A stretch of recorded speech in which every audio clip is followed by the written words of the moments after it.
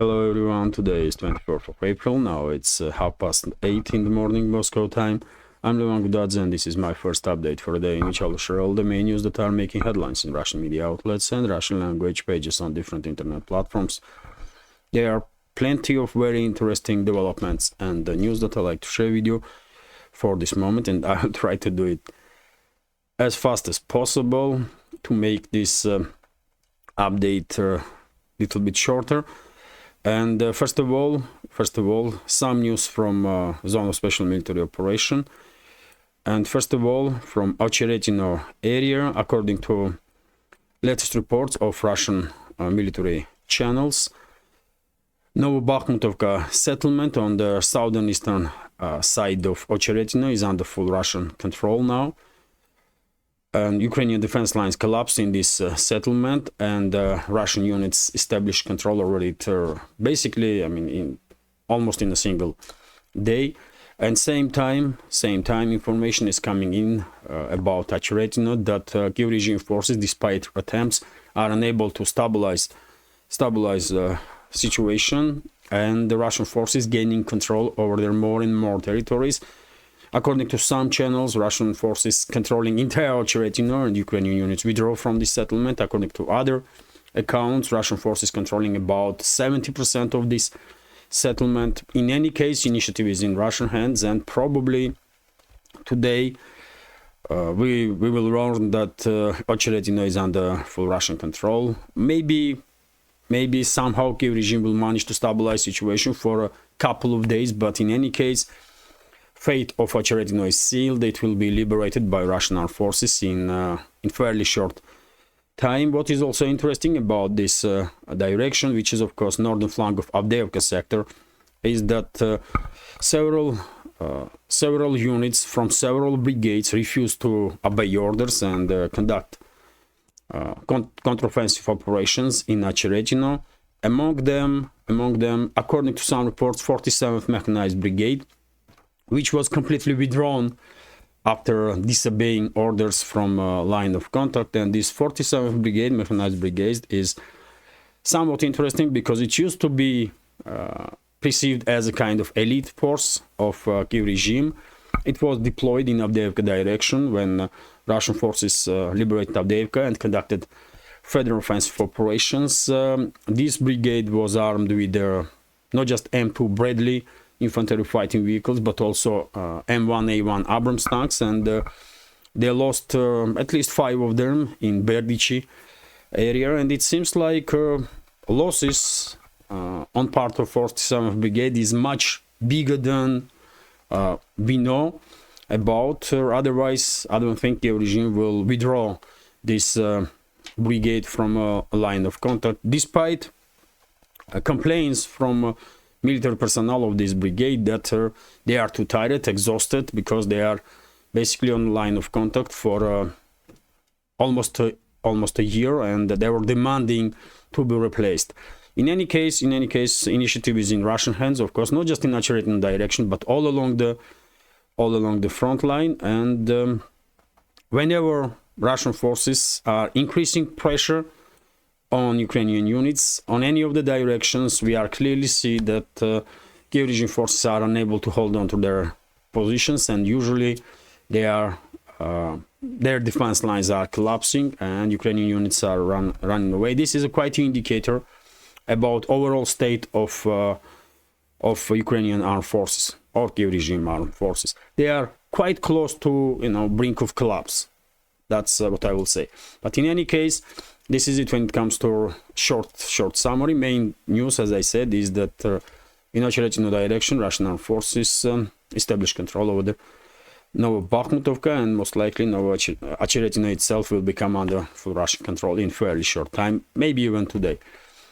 And as I said, plenty of news, by the way, and I will try at least to go through headlines to provide you with as much news and their understanding of the relevant developments relevant for Russia from Russian media point of view. So, well, let's go at least through headlines. RT is reporting that Ukraine has lost almost 500,000 troops since the beginning of special military operation, according to Russian Defense Ministry. Huge number, although I don't think anybody is surprised by this information, because Russian Defense Ministry is quite conservative always in its estimations, but Western military experts for quite a while now are operating with this number, 400,000 to 500,000 losses on part of Kiev regime, and Russian Defense Ministry yesterday confirmed this information. Shoigu, by the way, Sergei Shoigu, Russian Defense Minister, also stated that Russian armed forces will further increase long-range strikes on logistics and military infrastructure of Kiev regime, which is quite expected. RIA Novosti's report that according to governor of Smolensk region, Vasily Anokhin, Kiev regime forces conducted drone strikes on several energy facilities in the region, and some of them caught fire and some destruction was done on the ground. No report for this moment about casualties as a result of this strike of Kiev regime.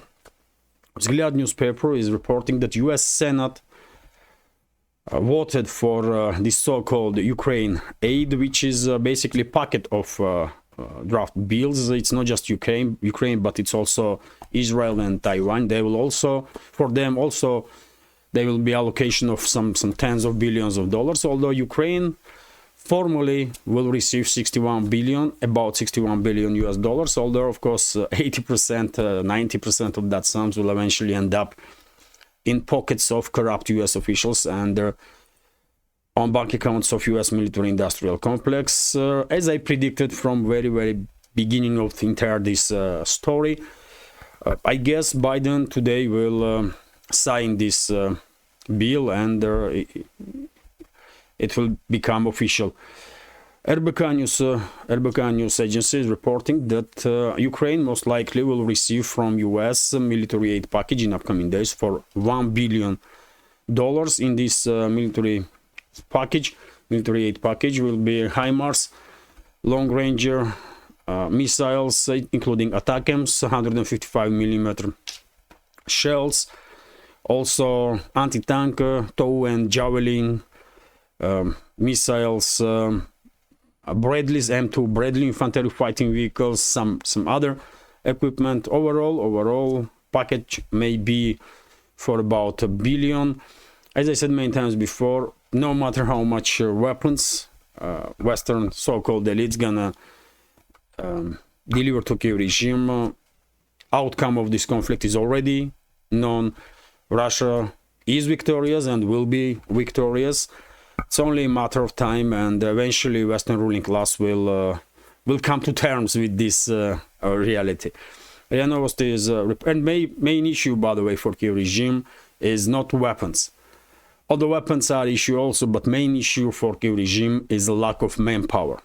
Lack of manpower and unwillingness of citizens of Ukraine to fight and die for criminal regime in Kiev and the Western masters of that regime and geopolitical agenda of the Western ruling class. RIA Novosti is reporting that Prime Minister of UK, Rishi Sunak, made a statement that British military industrial complex, British economy will basically will be transferred to wartime mode to produce more and more weapons. Not surprises at all.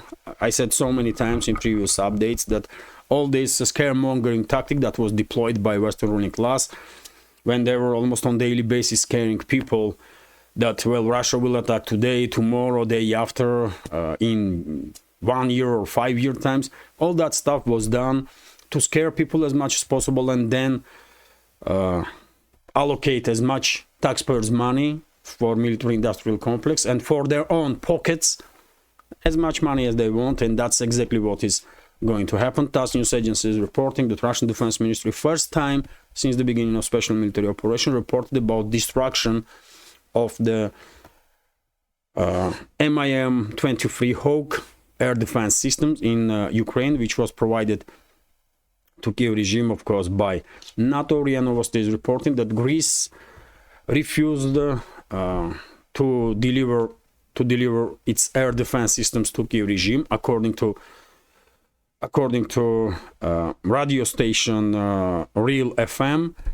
although, by the way, information is circulating the last couple of days on internet that Greece, under pressure from Washington, agreed to transfer its air defense systems to Kiev regime. Let's see how will things develop in upcoming days, but for now, that's the information, latest one that we have, that Athens are refusing to deliver those weapons. RIA Novosti is reporting that Russian Defense Minister Sergei Shoigu yesterday also stated that this year Russian armed forces will receive first batteries of S-500 air defense systems, most capable air defense system in the world, undoubtedly, and I believe only one that are capable to effectively deal with the hypersonic aerial targets. Although, by the way, some military experts may argue that S-400 and latest variations of S-300 are also capable to deal with the hypersonic weapons. I'm no military expert, I don't know, but S-500 definitely is capable of to deal with the hypersonic weapon systems. RT is reporting that Russian Deputy Defense Minister arrested over the suspected bribery. So Russian Deputy Defense Minister Timur Ivanov has been arrested on suspicion of bribery, the country's investigative committee announced on Tuesday. Russian President Vladimir Putin and Defense Minister Sergei Shoigu have been informed on the arrest. Kremlin spokesman Dmitry Peskov told the media. Big news, of course. Big news during this extremely difficult times for a state. If somebody is involved in some sort of corruption, of course, investigative committee, security services, FSB, and all of them, whoever is tracking all that stuff, of course, should be on high alert and neutralize all the possible threats that there is. Unfortunate information, of course, unfortunate, but it is what it is. Glad newspaper is reporting that well, former aide of Pentagon and White House, and basically a voice of reason from US, by the way, Colonel Douglas McGregor, during his interview with in his article in American Conservative, stated that it is, according to him, it is possible that once Kiev regime will collapse, Ukraine will be divided, and will be divided between its neighbors, between Russia, Belarus, Poland, and Hungary. Well, I said so many times that, in my personal opinion, once this conflict will end, there will be no more Ukraine on the political map. It will be divided between its neighbors. My take on the situation is a little bit different. I believe Ukraine will be divided between Russia, Poland, Hungary, and Romania. So let's see. Although there is a slight chance, I will leave slight chance for a couple of percentage points for possibility that Kiev and surrounding areas, Kiev and Kiev region, basically will remain as a landlocked quasi-state under the name of Ukraine. That's also a possibility. So me and Colonel McGregor have a little bit different reading of the big picture, but in any case, both of us are agreed that most likely Ukraine will be divided between its neighbors. Glad newspaper is reporting that experts that was interviewed by New York Times have opinion that it is totally unrealistic that Ukraine will ever manage to regain control over the territories that used to be in the borders of the Ukrainian Soviet Socialist Republic before 1991. Basically, absolutely understandable opinion, because I mean, at this point, everyone should understand that Kiev regime is finished. Kiev regime is finished, and there was never even slight chance that Kiev regime will ever manage to achieve any success on a battlefield. That's it is what it is. TASS news agency is reporting that Reuters Reuters also come up with the pessimistic information about US about Ukraine's prospects. And according to Reuters, a number of congressmen in US believe that this military aid package will come to Ukraine too late, and it would not have a huge influence on the situation on the battlefield. And well, this is also true. Although no matter how much money, as I said many times before, no matter how much money and how much weapons collective West or NATO will deliver to Kiev regime, it will not change overall final outcome of this conflict, which is already known for all people that are more or less informed. Russia is already victorious and will be victorious. It's just how it is. That's already history, by the way, and it's hard to argue with this. Lentero is reporting that, and by the way, I believe some people in Washington, in London, in Brussels, probably they knew what would be outcome of this conflict even before they provoked it. They just sacrifice they just sacrifice Ukraine for their geopolitical agenda. That's what it is. I believe they're intellectual enough people, some people in think tanks that are working for Washington, London, and some other major capitals in the West that knew perfectly well what will happen to Kiev regime and modern Ukraine if West will provoke this war. And the West did it anyway. Western ruling class did it anyway because that's what they wanted. They wanted to sacrifice Ukraine for their geopolitical agenda, and they did it, and they are continuing to do so. And their main goal, you may ask, I mean, yes, but why? What is their main goal for the Western ruling class? And as I said many times before, I believe their main goal was to demonize Russia, then use this confrontation to militarize the West as much as possible. We clearly see indicators of that. This is already reality. And same time, I believe Western ruling class had agenda to conduct or provoke regime change in Russia, then shift Russia's foreign policy from towards West, let's say, and away from China or global South. And I believe Western ruling class would love to provoke even confrontation between Russia and China. They will use Russia against China, let's say this way.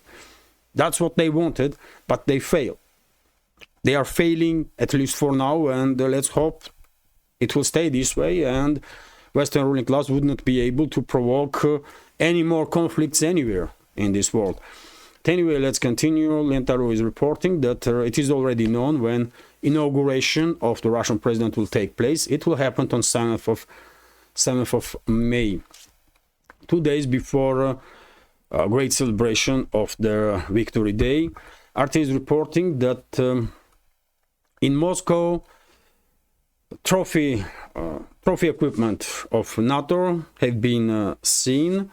So some of the equipment provided to Ukraine by the US and its allies has been spotted in the Russian capital in the vicinity of the Victory Park. The park is located on Poklonnaya Gora, the hill southwest of Moscow that is home to the museums of victories in 1812 and 1945. 1812, of course, that was war against Napoleon, and 1945, that was victory over the Nazi Germany in Great Patriotic War. On my Telegram, I shared some video of this, and as you can see, there are Marder, German-made Marder infantry fighting vehicle. Also, Bradleys are there. Yes, that's a Bradley. And I think this is just the beginning. Probably there will be some open-air museum in Poklonnaya Gora area, and some more equipment, more NATO equipment or trophies to come to this area. And Once exposition is ready, I will definitely try to go there and make some video for our community. Okay, let's continue. RT is reporting that Iran threatens to wipe out Israel. Well, unfortunately, Middle East is you know, in Middle East situation is tense as ever.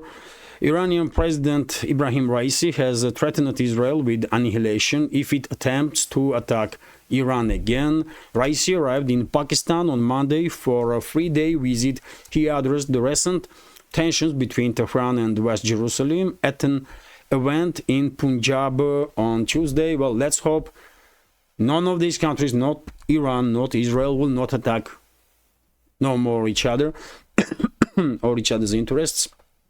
That will be greatest outcome in this very difficult situation for a region, because as I said many times, when regional war in the Middle East will devastate not just this region but entire world. RT is reporting that US would beat China in a war, according to US intel official. If a conflict between Washington and Beijing broke out today, the more experienced American force would prevail, but with significant casualties. A US military intelligence office official has told reporters, and what is the very dangerous. I'm sharing with you this information just to highlight how dangerous these times really are, because people in intel community, and these people should be, I mean, as clever as possible. They should be, I mean, adults in the room. But still, by the way, intel officer, high-ranking intel officer, is sharing information with the media that if there is a war right now between China and US will prevail. Are you serious? We are talking about nuclear powers. There will be nuclear exchange straight away. What you are talking about? There will be no victory for no one in any case, any scenario when nuclear powers are fighting and exchanging nuclear strikes. I mean, how out of touch with reality these people really are, man. Can you imagine how dangerous this approach is when intel officers, probably some people in army also in US, and politicians, they believe that they can beat another nuclear power? They cannot. Nuclear exchange means nuclear war, nuclear winter, and nuclear winter means extermination of the humanity. But these people, I mean, it seems like they are just too stupid, man. They are just too stupid. It is what it is, man. Let's continue. RIA Novosti is reporting that Protestants in Armenia are trying to block border checkpoint between Armenia and Georgia and some other highways in Armenia, and they are protesting process of demarcation between Armenia and Azerbaijan, during the which, according to some reports that we are receiving, Pashinyan's government of Armenia, agreed to transfer 4 Armenian villages to Azerbaijan. And well, understandably, people in Armenia, at least some people, are not happy, and they are trying to blocking roads and checkpoints. I don't think it will work. Pashinyan don't really cares about this. And by the way, when it comes to Pashinyan, he made a statement, quite interesting statement during his interview with the British media, that he don't really understand why Armenia is a member of CSTO, Collective Security Treaty Organization, which was created by number of former Soviet republics. And well, are we surprised to hear from Pashinyan these statements? No. I said, I said quite a number of times before, isn't it, that it's only a matter of time and Pashinyan will withdraw Armenia from CSTO, and it's also a matter of time and Pashinyan will demand from Russian side to withdraw its border guards and also military base from Armenia.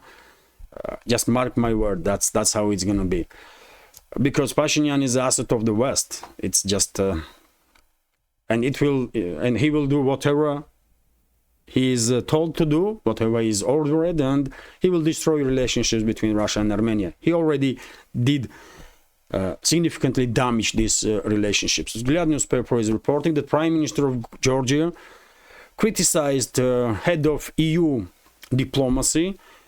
So Irakli Garibashvili, Prime Minister in Georgia, was quite critical of Josep Borrell and said that Borrell is, but with his statements, is вмешивается.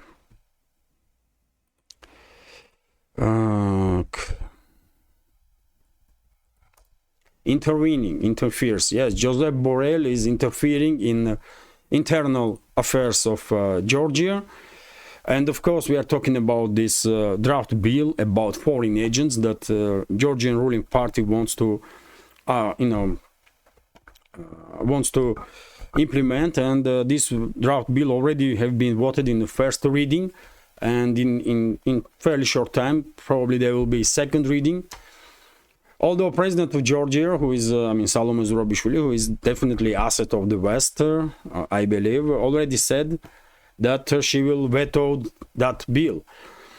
But in any case, not just Borrell, but all the high-ranking officials in Brussels and also Washington, London, they are criticizing current government of Georgia for attempting to implement this law because they don't want Georgian society to know and to see which so-called media outlets are financed from the outside of Georgia, primarily from the West, which so-called non-governmental organizations are funded from outside, primarily from the West, and for what purposes.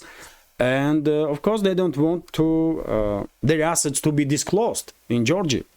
They don't want lustration to happen. And that's why Georgian current government is under heavy pressure. And by the way, Prime Minister of Georgia is not alone. Also, head of Georgian parliament, Shalva Papuashvili, made quite strong statements towards EU and basically blamed EU in financing misinformation operations or disinformation operations in Georgia against government, against Georgian people and the Georgian Republic. And it's true, by the way. It's true. A significant number of so-called media in Georgia is financed from the West. It's run from the West, by the way. That's how it is. And of course, they are pushing now whatever narrative is in interests of the West, obviously. So, well, between Tbilisi and Washington, Tbilisi and London, Tbilisi and Brussels, relationships are getting more and more tense. And, well, one may hope that current leadership in Georgia will manage to keep country safe from destabilization and will keep society out of trouble. And the Western ruling class may bring significant trouble for Georgia. They try to destabilize Georgia in 2023, and they will try to destabilize Georgia in 2024 also, and to conduct a regime change and then use Georgia and then sacrifice Georgia by using it as a kind of second front against Russia. Let's continue. Lentaru is reporting that Erdogan, president of Turkey, also made a comment about Southern Caucasus region, where Georgia is, also Armenia, Azerbaijan, breakaway republics from Georgia, Abkhazia, and South Ossetia. And Erdogan stated that there is a new reality and new order in Southern Caucasus region, and everyone should take it in account. Of course, his statement, and look forward and not be a hostage of the past. And of course, first of all, he was addressing Armenia, because between the two are very difficult relationships, historically speaking, because of the Armenian genocide. And it seems like maybe, I mean, periodically at least, from Ankara and from Yerevan, there are some signals that seems like both sides are kind of ready to improve relationships. Who knows? Who knows? Let's see how things develop. But it is quite understandable that Turkey pays close attention to situation in the southern Caucasus region. I remind you that a significant part of southern Caucasus region was occupied by Ottoman Empire for centuries. RIA Novosti is reporting that Moldavian police conducted 150 search operations against supporters of the Moldavian opposition, and by the way, leader of one of the opposition parties, Natalia Paraska, is saying that she is threatened by Moldavia's security services, and situation is getting tense in Moldavia as time goes by day, basically at this point. And my reading of the picture is that every other day is bringing closer full-scale disintegration of this former Soviet republic, because division between society is split, basically. Society is split. One part of society wants to be part of Romania. They see themselves as Romanians. They want to be in EU, in NATO. They are all West. And other part of society want nothing to have with Romania or EU or NATO. They want to maintain their own identity and they want to be closer to Russia. Society is split, and when situation is this tense and division between the sides is this stronger, I don't think there can be any even slight chances that Moldova as a republic will manage to maintain its statehood in upcoming decades to come. Most likely in next couple of years we will see full-scale disintegration of Moldova. And by the way, of course, Western media and Western ruling class, Western so-called politicians will say nothing about harassment of opposition in Moldova. They will say nothing about it because they are in control of current government of Moldova, and for them, as long as their interests have been promoted in that republic, they don't care.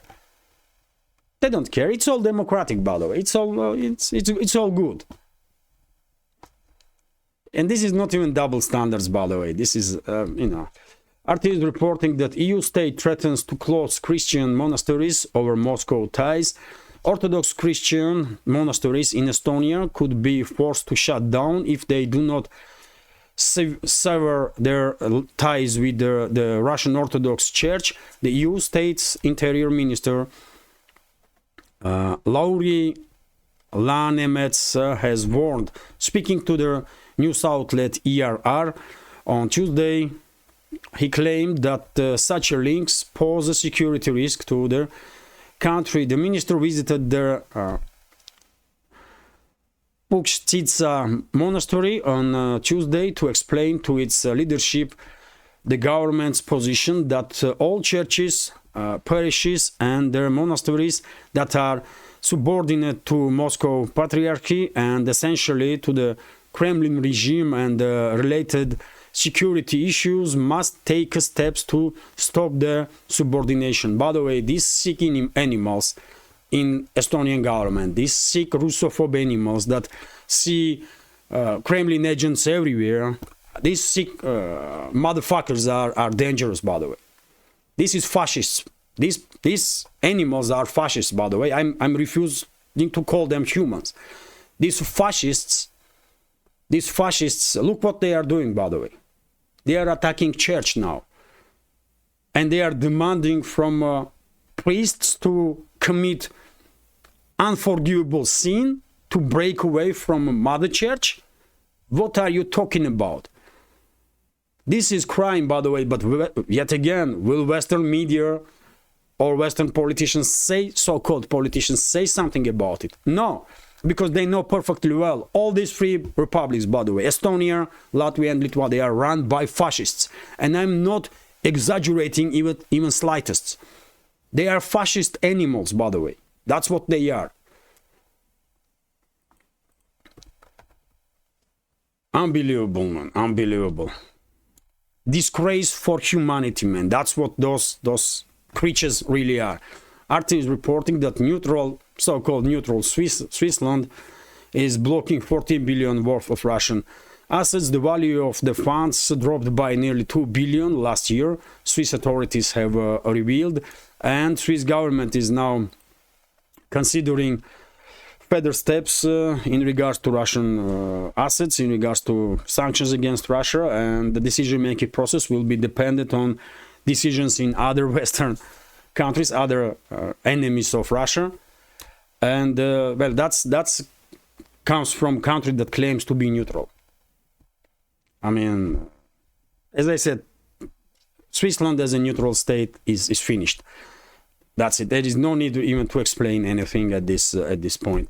Zgliad newspaper is reporting that U.S. is yet again threatening banks of China. How long is this update, man?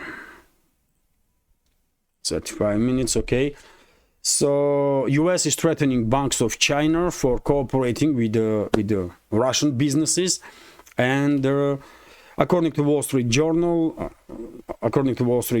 Washington is threatening to prohibit Chinese banks to operate with the dollar if they will continue doing business with Russian clients. Yet again, one more factual evidence that Western financial and banking system have been weaponized by criminal ruling class of the West, and also Western currencies have been weaponized also.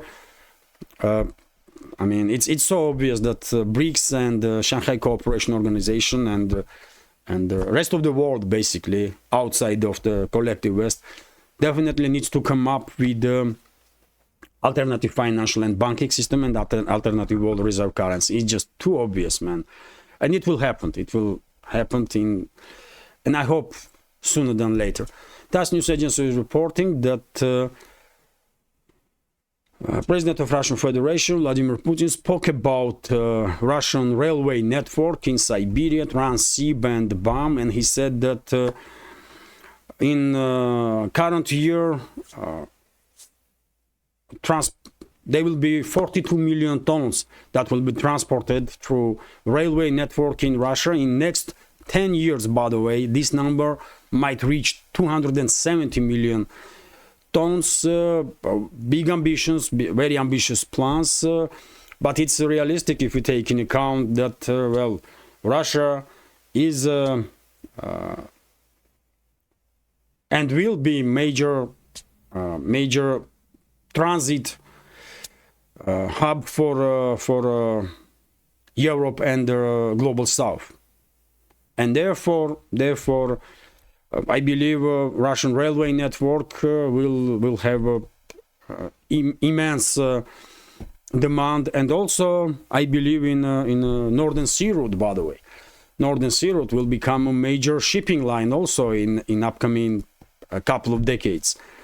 So yes, this is also very important, and there will be heavy investments, of course, in development of Russian railway network. And finally, I will end this update on this positive news that Voyager 1, by the way, that was launched by NASA in 1977, come to life and send the signal to Earth.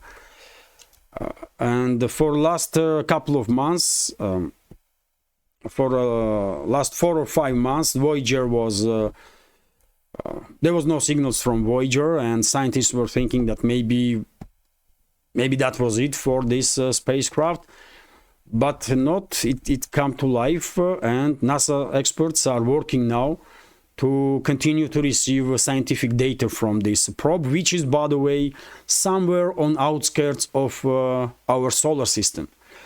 Voyager 2, I believe, is far away from Earth than Voyager 1, although unfortunately in July of last year, Voyager 2, NASA has lost contact with Voyager 2, and since then there was no communication with it, but Voyager 1 somehow is still managed to come online and send the signals, which is fascinating story, by the way. This story of Voyager 1 and 2 is clearly worth attention. It's a fascinating story, and I will end this update now. Some are even speculating that Voyager 2 already left solar system, although I don't think so. It's you know, it's on edge of solar system. Anyway, this is it for now. Hopefully you will find this update informative, interesting, and if so, please click that like button and leave some commentary just about any topic. This is the only way we can deal with the algorithm, more likes and comments. And well, if you like my channel, you can, if you find it interesting, useful, informative, and if you think this channel has a perspective or a potential, please consider to support my work with small donations through PayPal, Boosty, or by subscribing to my Patreon page. All the links are under this video in the description box and in the pinned comment. This is it for now. Have a great day and take care.